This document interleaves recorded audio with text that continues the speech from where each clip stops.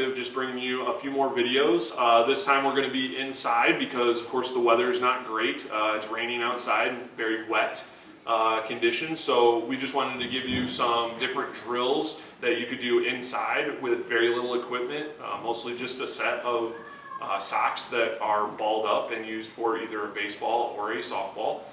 So in the first video, we're going to go through some different ways to field ground balls in the house. That one you might actually need a couple of balls or softballs for to use in the hallway. And then we're also going to go through sock drops, or basically ball drops, where we can work on our catching and also work on judging fly balls and moving our glove to the ball.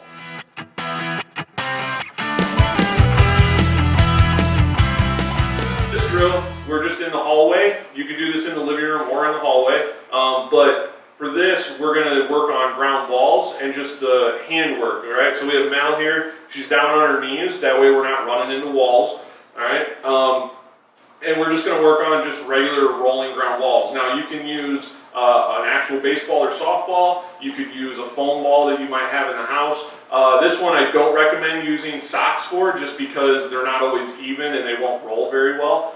So for this one, you can actually use a ball. Just make sure that they're not throwing it back to whoever's rolling it to them. Just roll it back on the return so that you can work. You could have siblings working on this, just rolling the ball back and forth to themselves. You could do this barehanded. You could do it with a glove. In this instance, Mal's going to show us with her glove. So we're just going to work, first off, we're just going to work just a regular ground ball straight to the person. Okay? So we want to work on having our fingers pointed down towards the ground and our throwing hand working over the top as the ball comes. For the little kids, you could tell them, act like an alligator. Right? So we're just working that way. And then if you have enough room, we can start working on balls to the forehand side, or you could also work on balls to the backhand side. For the forehand and the backhand, we don't necessarily need to use the alligator motion with our throwing hand. We just want to work on catching the ball with our glove. Alright? So you can see just a couple more here. Mal's just going to keep working this. And that's all it is. Some very easy, basic motions of fielding different ground balls in the house when it's raining or when it's too cold to go outside. So, very good job.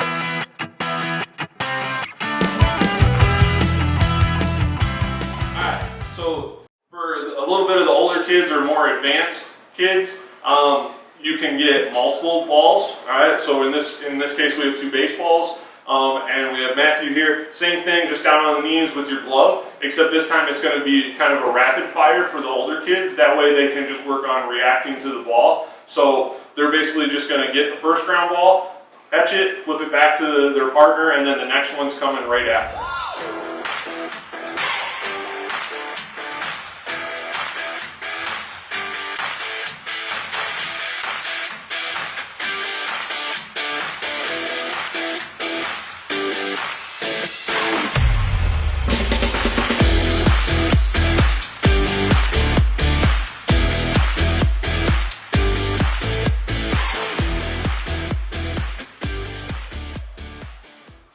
Okay, so the next drill we have Jess and Nick. We're going to be working on some catching drills and also working on some pop flies. So you could have siblings do this, or you could have mom and dad help out with this. So we're going to have one player laying on the ground flat. All right. So, and we have Nick here laying down on the ground flat, ready to go. All right. We're going to keep our throwing arm at our side, and we're going to have our glove hand over our chest. All right, with our palm facing up. There you go. All right, so we're going to have it facing up. All right, and then we're going to have the sibling, so in this case Jess, is going to hold the ball up over the top. All right, and she's going to drop it, and Nick is going to try and catch it. All right. All right. So it doesn't have to be perfect, but in this way, it's just working to try and get reaction to the ball and making a good catch without using the glove right now. So we're just going barehanded.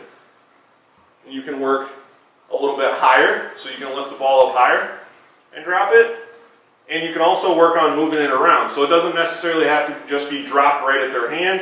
You can go over their face, you can go down to their stomach, just to work trying to move the hand around to get to catch the ball.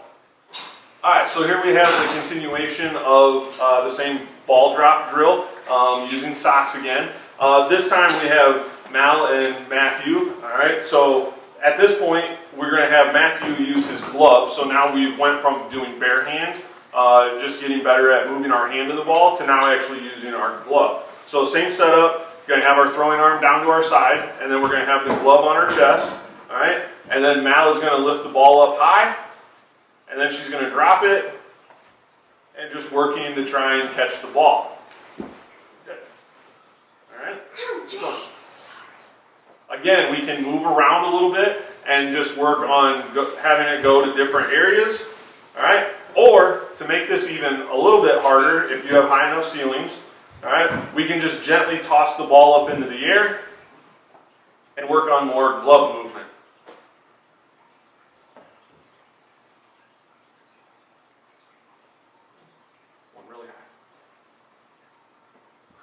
And we want to trying to stay laid down on the ground.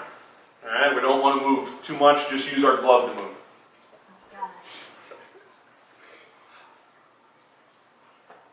Good. All right, so the second part of this for older kids could be, or even the younger kids, could be adding in the glove. So here we have Mal and Matthew, again, siblings who are going to be doing this. This time Matthew has a glove instead of his bare hand, so we've done barehanded, now we're going to the glove. And we're just going to kind of do the same thing. So Mal's going to lift the ball up. Again, we're using socks, and she's just going to drop it a little bit higher. We want to keep it high enough so that the person trying to catch has enough time to react to the ball. All right? And you can see we can move it around a little bit to different areas. And we can also kind of toss the ball up into the air so that they can work more on just moving the glove around, just like that. Try to keep the glove up. One more. Good. So as easy as this drill may look, it is kind of difficult and tough because we have a short time of reaction, but it also works good for just trying to keep the ball in front of us and also trying to catch it out in front. So, very good job, guys. Thank you for watching the videos. If you have any questions or comments, please let us know, or if there are certain things that you would like to see or want to work on, please leave us a comment and let us know, and we can get videos made for that as well. And hopefully more videos will be coming soon.